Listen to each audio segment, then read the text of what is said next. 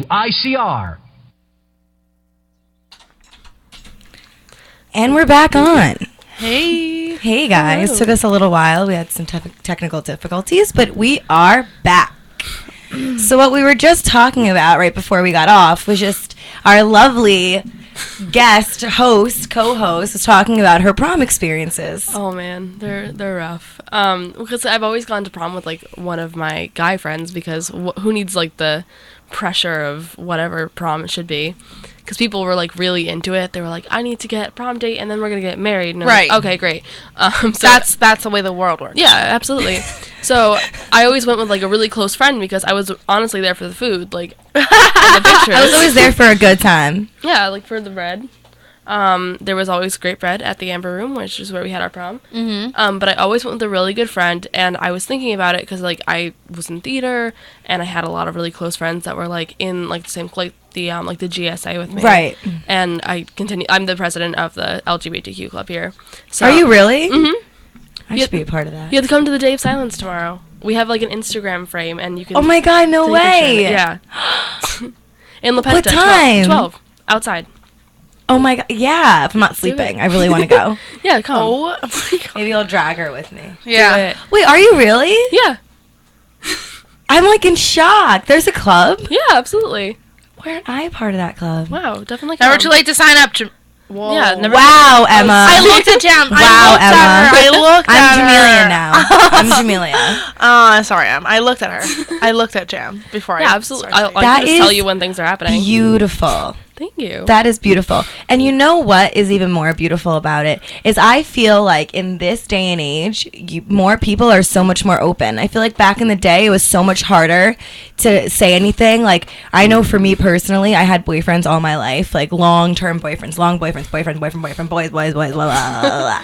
And you know what? I think, like, experiencing something different, you're just like, oh my God, like, wait, maybe this is what I was liking the whole time. Does that make sense? Yeah. Mhm. Not to get creepy or weird, but like I definitely think that like it doesn't like I feel like that's so beautiful that you're a part of that because so many people are so scared, I think, to talk about it and like be open about it. Like I know I'm just becoming okay with like, you know, like being with like my girlfriend and like having her with me, like it still gets me nervous, it still gets me anxiety filled, and especially people look at me and they're like, wait, you, and I'm like, am I supposed to look a certain way? Like am I supposed to have like a butch haircut and like talk like a dude and like not wear a bra? Like no, like I'm a girly girl, I love girly girl things, like I am the same person, it's just a preference, I guess. Right. And I feel like so many people put like this stigma on like, oh, you know, and I feel like it shouldn't be like that. That's why I'm like such like trying to like become more of like an advocate to like help other Absolutely. people like be okay with themselves. Yeah, you absolutely. know. There's a huge stereotype that goes along with it. Like if you don't look a certain way, people are like, "Oh, like are you sure?" And they're like, "Yes." And even Are like you boys, kidding? like I went to my Yeah. friend's college, right, for my birthday. I went with my friend's college, and I still think, you know, guys are obviously so cute and hot. Like I'm not gonna like that part. I'm like, oh, I can't see. Like obviously I can see. I can obviously think somebody is good looking or not. That doesn't mean anything. But I went to my friend's house, or to like a townhouse, and we go into her friend's room, and I was like, oh my gosh, like that kid is so cute. Like, oh my gosh, he's so cute. Like I have to talk to him. Like get me to talk to him. Like he's so cute. Blah blah blah. And my friend was like, like he's gay. And I was like, you're messing with me. Like no, he isn't. Like he is so fine. Like look at the way he dresses, how he talks. And I sat down with him and he was like, yeah, me and my boyfriends, blah blah blah. And I was like, we lost a good one. But like in a way, that's what happened with me and Kevin Tyler. I don't know if you know him. no. Who is that? Kevin Tyler, he's just like so cute. He's like the reincarnation of Freddie Mercury. Freshman year, I was in love with him, and then this guy told me that he was gay. I was like, okay. Literally, it's like we lost a good one. But like that's the thing. Like I feel like you're right. The stereotype of it is so crazy. Like I openly say like, okay, like yeah, like for instance, like getting my senior formal tickets. I was like, yeah, like I need to sit with my girlfriend, my friends, and the girl was like, oh, your friend? I was like, no. She is a girl that is not my friend. Yeah, she's not my friend. Like idiot. And I feel like so many people like are so close-minded. when it comes to stuff like that, because it takes a lot of time for people, I think, to be okay with it. And I think if you're finally open with it, people should be proud of you, less, judgmental, because I'm not trying to get morbid, but like so many kids like commit suicide because they don't know how to deal with it. And I feel like that's such a horrible thing. Like, I wish more people would just have somebody to say, like, it's okay. Like, and I'm thankful for my sister, because she's, like, always been there for me. And, like, honestly, even my sorority, like, I'm very open, and, like, nobody's judged me, and, like, no one's done anything. Like, and that makes, like, not to talk down about other organizations, because I don't know how they are, but I know that, like, in a national, huge, biggest sorority on campus, you would think that there's going to be prejudice or girls looking at you a certain way. And it's, like, every single girl that I told open my arms. Like, one of my pledge sisters was like crying when I told her, and I was like, why are you crying? She's like, because you were so scared and you thought we weren't going to love you. And I was like, yeah, because you get nervous, And I'm just so thankful that I've had such good support from like my sorority, because it's nerve-wracking. And even my like my dad, whatever, like they've been all so supportive, and it's like, it's still nervous. Like, I don't know what's going to happen in 5 years. Like, I may marry a big, big butch man. Like, a big, big man. But I don't know what's going to happen. A big, big man. A big, big man. A big, tall man. I don't know what's going to happen. But right now, I think that's all that matters, is if you're happy. Yeah. Right? Yeah, absolutely. A little touching moment. A touching moment, yeah. But what were you saying about your prom dates? I found out recently, because as time goes on, people come out and people are open with themselves, and I found out, when I thought about it, I was like, wow, every single one of my prom dates has come out recently. So I never had that, like, slow dance on the dance floor, like, kiss and fall in love situation. I just, like, kind of thought back to it, and I was like, oh, yeah, like, we had a really great time. Like, I enjoyed myself so much more than, like, everyone else who was like, this person's gonna propose to me, like, right now. I'm like, all right, great. But, yeah, I just recently realized that I've never, like, had a straight prom date or any real hope of a romantic connection out there. But yeah, I've had some real weirdos in my life. Thinking back to like prom, and like, cause we had this thing called the military ball. I'm gonna call some people out here, but it's like when ROTC like has their huge like acknowledgement, and like everyone like dresses up in their uniform. And I got asked that every year by some like person, because most of the ROTC boys, not all, were very, very quiet. So they would ask like the one girl that's like spoken to them once ever in their lifetime. No, really, because they had to, literally, like, the commander, he like, if you don't ask somebody, he makes you take your mom. Oh, like, very seriously. So it was so my awkward. Imagine going to a ball, dancing, and your mom's just chilling. I feel like some guys would be like, all right, I'll take my mom. Some guys did take their mom, not gonna lie. But one kid asked me, and he like was the strangest person. I've had some real weird, like, one kid like maybe is a criminal now. So that's good. Yeah, good. And the other one, criminal. Like, he forgot the corsage. He showed up late, and I was just like, this is so awkward. Why am I here? But I've had some strange experiences at those dances. I've had some strange, straight up relationships in high school. Like, even in like, what's even going back. I feel like if we're backtracking a little, like, even like, what's so funny. Okay, so I am from Queens, right? Okay, I'm from Queens. And my neighborhood is predominantly Greek and Italian. That is what my neighborhood is. I'm 100% Spanish, Cuban, like, not a lick of white in me. But I was always saying I'm Italian by association, because all of my friends were Italian. I grew up in their households with their moms cooking me these extravagant dinners. So they always loved me. I had a great group of friends. But when my high school was very, like, I don't want to use the word racist, but, like, my neighborhood was racist, like, 100%. Anything out of the norm was weird. Like, anybody. Like, I knew a boy, he was gay, and they would make fun of him. And at the time, I was so young, I didn't understand, like, anything. I was just like, oh, okay, whatever. I had boyfriends. I didn't think anything of it. But then last semester, when I was, like, dating, like, my ex, when I was dating her, I went out to a bar with some of my guy friends. And somebody asked, they were talking to me about it.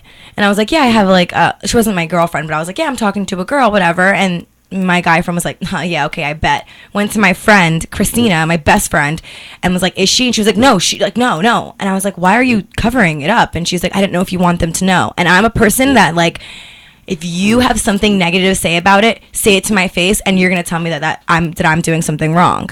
So I turned around and I immediately was like, who has a problem with it? And they all were like, whoa, like, you're not kidding, right? I'm like, no, I'm not kidding. Like, why would I make that up? Like, why would I make this up? Like, why would I put myself in a situation and make something up? And they all, like, completely shut up and was like, oh my God, like, we still love you. Oh my God, we just never thought. And I'm like, never thought. Like, back to stereotypes. Like, what? Like, Yeah. because I don't have, like a buzz cut. Like, what? Like, are you serious? But I think it's just, like, that's what's so crazy. Like, I think it took me until I got into college, senior year, to talk about it. Because it's still, like, so, I don't want any of my friends to, like, look at me and be like, we can't hang out. We can't have a sleepover. Like, honey, don't worry. You ain't that cute. Like, we're hanging out. That's like It's that fine. episode of Degrassi. Yeah, it is like Degrassi. But that's what's, you know what, anybody, even if, like, different, like, races or anything, like, people always have something to say. You're never going to get it right, no matter what you do. If you're in a relationship with a guy and he's a different race than you, you're going to get someone looking at you. If you are, you know, gay or straight or transgender or whatever it is, you're always going to get someone looking at you no matter what you do. So I feel like what I've learned out of even, you know, graduating now is, like, who cares what anyone has to think? If you're happy and you wake up happy and you go to sleep happy, then so be it. Because there's always going to be prejudice. There's always going to be that one person that's always going to say something. But why are we going to put all of our, like, decisions into the public's hand? Because what the public is always going to be scrutinizing. So it's all about just finding friends that will accept you for who you are and running with it. A beautiful way to say that. Story. Yeah, I've never, like, had friends that, like, weren't super accepting. I don't know why. Like, I just happened to have that Good life. friends. Yeah, like, I had, like, good people in my life. Like, I had a really, really, like, non at all diverse town that I grew up in. Like, pretty much everyone was white. I was the darkest person in my... What is your nationality? I'm Italian. Oh. But they made me... I was Rosa Parks in my second grade. Yeah. In my You second were grade. Rosa Parks. Wow, way to be diverse, United States of America. I was like, wow, thank you for that. You're not sending any message to me at all. But they were like grouped me in with the other two, like, actually black people in my school, and they felt so awkward too. And we were, like, all talking about it, like, why is it, like, I was in second grade, I had no idea what their intentions were, or, like, why they made me do that. But then I looked back on it and I was like, really, that's what we're gonna do? Okay.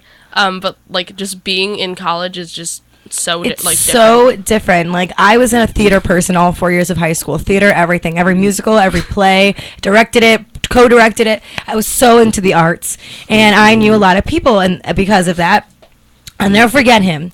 His name was Tommy Kiss. That was his last name. I know it's weird. His last name was Kiss. Okay, Kiss, Kiss, Tommy Kiss. Okay, shout out to Tommy Kiss. Kiss. What did I say? KK? Kaiss.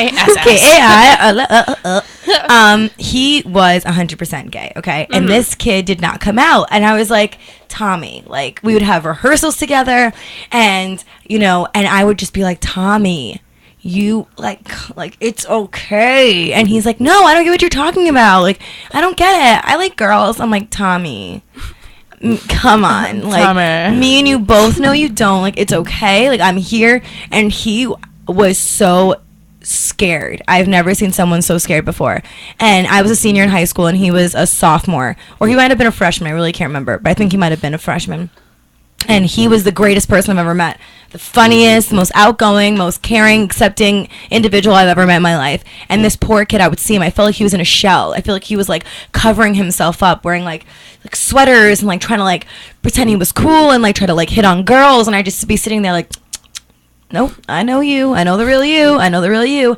And I never like asking anybody. I feel like that's so inappropriate to be like, oh, are you gay? And what if he's like, no, like, what? Yeah. And it's like, oh, sorry. Awkward. So that's why I'm never the one to do that. But then when I left, that's what it was. He must have been a freshman. When I left, he left my high school and went to the Harvey Milk School in the city. Okay. Wow. And he completely came out, like, dressed like a girl sometimes when he went out to the city, wore wigs, makeup, and I'll always say to him, Tommy, I was the first one that knew. I was the first one that knew, Tommy. You could never hide that from me. But I think I felt so bad for him because he was so scared about the older boys. Like, there was football players in that team, in our musical. Yeah. And they're idiots. Like I told you, they're idiots. And I'm such an outgoing person that I'm like, shut up. Nope. Don't say that about somebody. Don't say that about somebody.